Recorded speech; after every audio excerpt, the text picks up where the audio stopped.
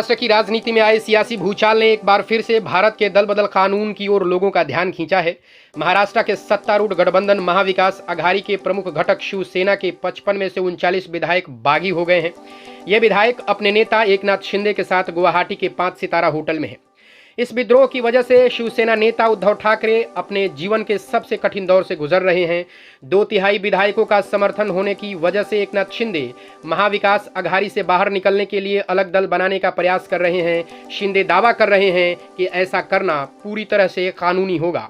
दूसरी तरफ शिवसेना ने बागी विधायकों को अपात्र घोषित करने के लिए कदम आगे बढ़ा दिए हैं। दोनों ही गुट अपने अपने दावे कर रहे हैं। अब मामला सुप्रीम कोर्ट में है, लेकिन क्या ये मुमकिन है? आज इन्हीं सब बातों पर नजर डालेंगे। नमस्कार, मैं नितेश कुमार, आप देख रहे हैं एक्सप्रेस खबर 24।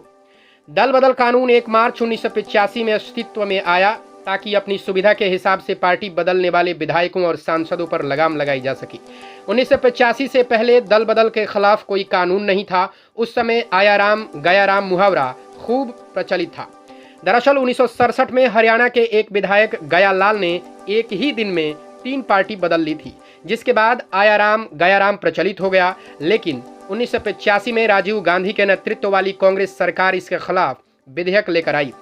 1985 में संविधान में 10वीं अनुसूची जोड़ी गई। ये संविधान में 52वां संशोधन था। इसमें विधेयकों और सांसदों के पार्टी बदलने पर लगाम लगाई गई। इसमें यह भी बताया गया कि दल बदल के कारण उनकी सदस्यता भी खत्म हो सकती है।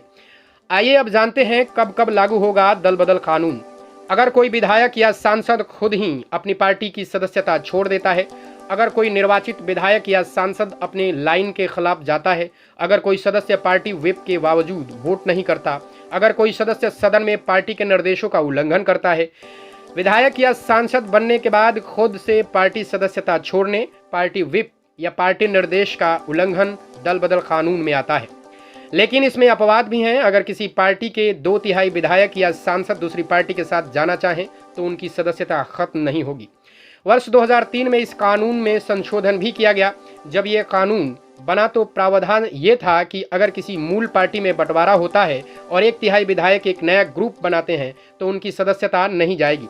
लेकिन इसके बाद बड़े पैमाने पर दल बदल हुए और ऐसा महसूस किया गया कि पार्टी में टूट के प्रावधान का फायदा उठाया जा रहा है, इसलिए यह प्रावधान खत्म कर दिया गया। इसके बाद संविधान में 51वां संशोधन जोड़ा गया, जिसमें व्यक्तिगत ही नहीं सामूहिक दल बदल को असंवैधानिक करार दिया गया।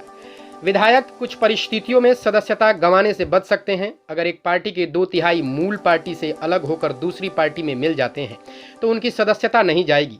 ऐसी स्थिति में न तो दूसरी पार्टी में विलय करने वाले सदस्य और न ही मूल पार्टी में रहने वाले सदस्य अयोग्य ठहराए जा सकते हैं। आइए अब जानते हैं कि किन किन परिस्थितियों में लागू नहीं होगा दल बदल कानून। जब पूरी की पूरी राजनीतिक पार्टी अन्य राजनीतिक पार्टी के साथ मिल जाती है, अगर किसी पार्टी के निर्वाचित सदस्य एक नई पार्टी बना लेते हैं, अगर किसी पार्टी के सदस्य 2 पार्टियों का विलय स्वीकार नहीं करते और विलय के समय अलग ग्रुप में रहना स्वीकार करते हैं, जब किसी पार्टी के 2/3 सदस्य अलग होकर नई पार्टी में शामिल हो जाते हैं, स्पीकर के फैसले की हो सकती है समीक्षा। 10वीं अनुसूची के पैराग्राफ 6 के मुताबिक स्पीकर या चेयरपर्सन का दल बदल को लेकर फैसला आखिरी होगा। पैराग्राफ 7 में कहा गया है कि कोई कोर्ट इसमें दखल नहीं दे सकता। लेकिन 1991 में सुप्रीम कोर्ट की संवैधानिक बेंच ने 10वीं अनुसूची को वैध तो ठहराया, लेकिन पैराग्राफ 7 को असंवैधानिक करार दे दिया। शुक्रिया। इस तरह की तमाम छोटी बड़ी और लेटेस्ट खबरों को सुनने और देखने के लिए बने रहें हमारे YouTube चैनल एक्सप्रेस खबर 24 के साथ।